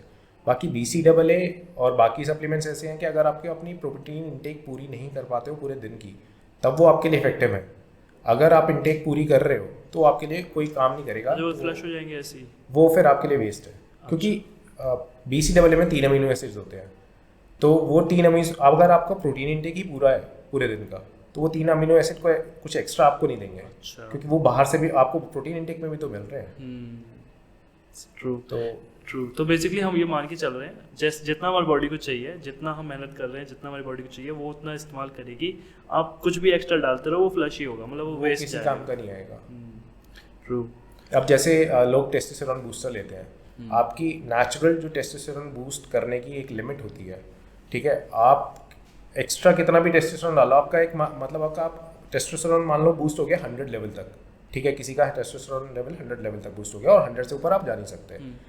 तो आप कितना भी टेस्टोस्टेरोन बूस्टर ले लो, वो 100 से ऊपर तो ले जाएगा नहीं ना उसे। तो वो सप्लीमेंट वेस्ट है आपके लिए। हाँ, क्योंकि जितना बेसिकली सिलेंडर है उतना ही तो भरेगा। एग्जैक्टली। उससे ज़्यादा थोड़ी थोड़ी जाएगा, थोड़ा निकाल देगा वो। ट्रू। और उसके लिए जनरली कैपेसिटी बढ़ाने के लिए किसी भी चीज़ की बॉडी की हम जिम करते हैं, हम अपने बेसिकली मसल्स टीयर करते हैं, फिर से वो वहाँ बनती है, तब हमारा आगे प्रोसेस चलता है। खैर, स्टेरॉइड का टॉपिक टच करते हैं, लास्ट टॉपिक है, इसके बाद हम ख़त्म करेंगे। तो स्टेरॉइड आपने देखा है लोगों को आसपास यूज़ करते वक्त, और आप कैसे जनरली कोई सेफ़ यूज़ भी है स्टेरॉइड्स का कि सेफली ले सकते हैं, नहीं ले सकते, क्या है स्टेरॉइड के ऊपर? आप थोड़ा हमें सिखाने की कोशिश करो। स्टेरॉइड का मुझे इतना ज़्यादा आइडिया नहीं है। मेरे से लोग, मेरे क्लाइंट्स भी बहुत बोलते हैं कि मुझे एक साइकिल चलानी है और ये चलाना है, और मुझे जनरली अभी मैं एक क्लाइंट को ट्रेन कर रहा हूँ, तो वो बोलता है कि मुझे ट्रांसफॉर्मेशन करनी है। मैंने कहा देखो, आप 40 साल के होने वाले हो, ठीक है, आप अभी अपने ऑर्गन्स पे इतना लोड डालोगे तो आप आने वाले टाइम में आप रिग्रेट करोगे कि मैंने ये क्यों किया, क्योंकि मैं थोड़ी टाइम के लिए तो अच्छा लगा लेकिन किसी यूज़ नहीं हुआ, कोई यूज़ नहीं आया वो। आप उस टाइम पे जाके बोलोगे यार मैं थोड़ी टाइम अच्छा दिखने के लिए मैंने अपने ऑर्गन्स को ख़राब कर लिया क्योंकि इतना लोड डाला। जब तक आपका प्रोफेशन नहीं है, कोई आप प्रोफेशनल बॉडी बिल्डर नहीं हो तो आपको रिक्वायरमेंट ही नहीं है। आप अगर प्रोफेशनल बॉडी बिल्डर हो उनकी तो नीड है, उनकी रिक्वायरमेंट है वो। तो आपको अगर कोई रिक्वायरमेंट ही नहीं है तो आपको एक्स्ट्रा मेडिसिन, एक मेडिसिन ही है वो। जहाँ तक कि एलोपैथी में बहुत सारी दवाइयाँ ऐसी बोली जाती हैं कि आप ये पेन किलर्स मत लो, आपके लीवर पे, किडनी पे, मेरे को एग्जैक्टली पता नहीं है, किडनी पे या लीवर पे कहीं पे इफेक्ट आता है। जब वो दवाइयाँ इतना लोड डाल सकती हैं तो ये तो आप बिना किसी चीज़ के एक्स्ट्रा दवाई डाल रहे हो ना बॉडी में, तो वो तो आप ख़राब ही करेगी। तो आपको कोई बीमारी नहीं है लेकिन आप फिर भी दवाई डाल रहे हो अच्छा दिखने के लिए। ट्रू। बताया था, हमने बात कर रहे थे कि आपने अपने डर पे, फियर्स पे, जब ये एक्सीडेंट हुआ था उसके बाद फियर्स पे क्या कह सकते हैं काबू करने की या फिर उनको ओवरकम करने की कोशिश करनी शुरू करी थी। तो क्या क्या थे वो फियर्स और कैसे कैसे किए? मुझे सबसे ज़्यादा डर लगता था हाइट से। तो मैं जैसे ही हाइट पे जाता हूँ, अभी भी डर लगता है वैसे तो, लेकिन वो डर निकला नहीं है अगर मैं उस स्पोर्ट में शायद जुड़ जाता उससे तो शायद निकल जाता। तो मेरे को हाइट से बहुत ज़्यादा डर लगता है। और कोई भी ब्रिज होता है या पहाड़ों पे जब हम नीचे देखते हैं खिड़की से तो मुझे डर लगता है उससे। आपने वो भी तो करी थी ना, क्या कहते हैं, स्काई डाइविंग की थी। जब यूएस जाने का मौका मिला था कंपनी की तरफ से, तब हम 3 फ्रेंड ने की थी। हमने कहा यार आए हैं, एक लाइफ टाइम एक्सपीरियंस तो लेके जाते हैं। तो उस टाइम पे हमने तीनों ने स्काई डाइव किया था और जैसे ही प्लेन की एज पे आए थे तो हालत ख़राब हो गई थी, ऐसा लग रहा था दिल मुंह में आ गया है। हाँ। उस टाइम पे रियलाइजेशन हुआ था कि भाई ये तो बहुत ही ख़तरनाक है। तो फिर मैंने जो मेरे साथ जो ट्रेनर था उससे मैंने पूछा कि आपको डर नहीं लगता? तो वो कहता मैं जब भी मैं जंप करता हूँ मुझे हर बार डर लगता है, हर बार डर लगता है मुझे। सही बात है। फिर भी वो लोग करते हैं क्योंकि मेरे को लगता है उनको वो रश की आदत पड़ गई है। हाँ, उनको रश की आदत पड़ गई है, एड्रेनल रश चाहिए ही चाहिए उन्हें। बाकी क्या नेक्स्ट प्रोजेक्ट आ रहा है, कैसे लोग आपको ढूंढ सकते हैं, जान सकते हैं और ज़्यादा? अभी तो मैं अपना ऑनलाइन का स्टार्ट किया है मैंने। अभी तक मैं ऑफलाइन कर रहा था तो, लेकिन मैंने ऑनलाइन रिसेंटली स्टार्ट किया है। अभी मेरी वेबसाइट मैंने डेवलप कराई है और इंस्टाग्राम मेरा अभी मतलब थोड़ा सा बूम होना स्टार्ट हुआ है। तो उसके थ्रू मैं क्लाइंट्स, मेरे पास धीरे धीरे क्लाइंट्स आ रहे हैं, ऑनलाइन क्लाइंट्स भी। लेकिन मैं अभी अपना प्रमोशन स्टार्ट करने वाला हूँ, उसके बाद प्रमोशन के बाद होपफुली। बाकी आप मोबिलिटी से रिलेटेड एक बहुत अच्छा तगड़ा कोर्स या प्रोग्राम लेके आ रहे हो, या कोच कह सकते हैं कि आप कैसे बोलोगे क्या लेके आ रहे हो मोबिलिटी से रिलेटेड? मोबिलिटी से रिलेटेड मैं एक प्रोग्राम ही लेके आ रहा हूँ जो मैंने सीखा है अपने गुरुजी से। तो वो एक मोबिलिटी प्रोग्राम मैं लेके आ रहा हूँ। और वो कैसे कैसे हेल्प करेगा लोगों को, किस किस टाइप की प्रॉब्लम से सॉल्व करने को मदद करेगा? वो उनको किस किस टाइप की इंजरी, वो उनको हेल्प करेगा पोस्चर करेक्शन में। उनको कहीं पे स्टिफनेस है बॉडी में तो उनको ज़रूरी नहीं है कि लोगों के पास टाइम नहीं होता है योगा करने का। तो वो yoga is different and mobility is different. तो मोबिलिटी करके भी वो फ्लेक्सिबल रह सकते हैं, क्योंकि बहुत सारे लोग सिर्फ ये सोचते हैं कि योगा के थ्रू ही वो फ्लेक्सिबल रह सकते हैं, but yoga is something different. Yoga एक अलग ही चीज़ है। मोबिलिटी आर एक्सरसाइजेज, अगर आप उनको सिर्फ फ्लेक्सिबल रहना है एंड पेन से दूर रहना है, पोस्चर करेक्शन करनी है, तो वो एक्सरसाइजेज उन्हें उस पर हेल्प करेगा। I think Instagram will be right place. Instagram पे आई थिंक मैंने भी आपको इंस्टाग्राम के अप्रोच किया था, तो इंस्टाग्राम पे लोग आपको ज़रूर अप्रोच करेंगे और आप एक्टिव भी रहती हो तो डेफिनेटली रिस्पॉन्स आएगा ही। जैसा भी एक्सपीरियंस रहा बता दो, और कुछ अगर उल्टा सीधा हमने बोला हो तो उसके लिए सॉरी, बट नहीं, इट हैज़ बीन अमेजिंग। आपके साथ बात करके मुझे बहुत अच्छा लगा। हाँ, मुझे भी बहुत कुछ सीखने को मिला और हो सकता है मैं दोबारा वीडियो देखूंगा तो और सीखने को मिलेगा, जैसे कि बहुत सारे पॉइंट्स थे। बढ़िया, थैंक यू सो मच, बहुत अच्छा लगा मिलकर। Thank you.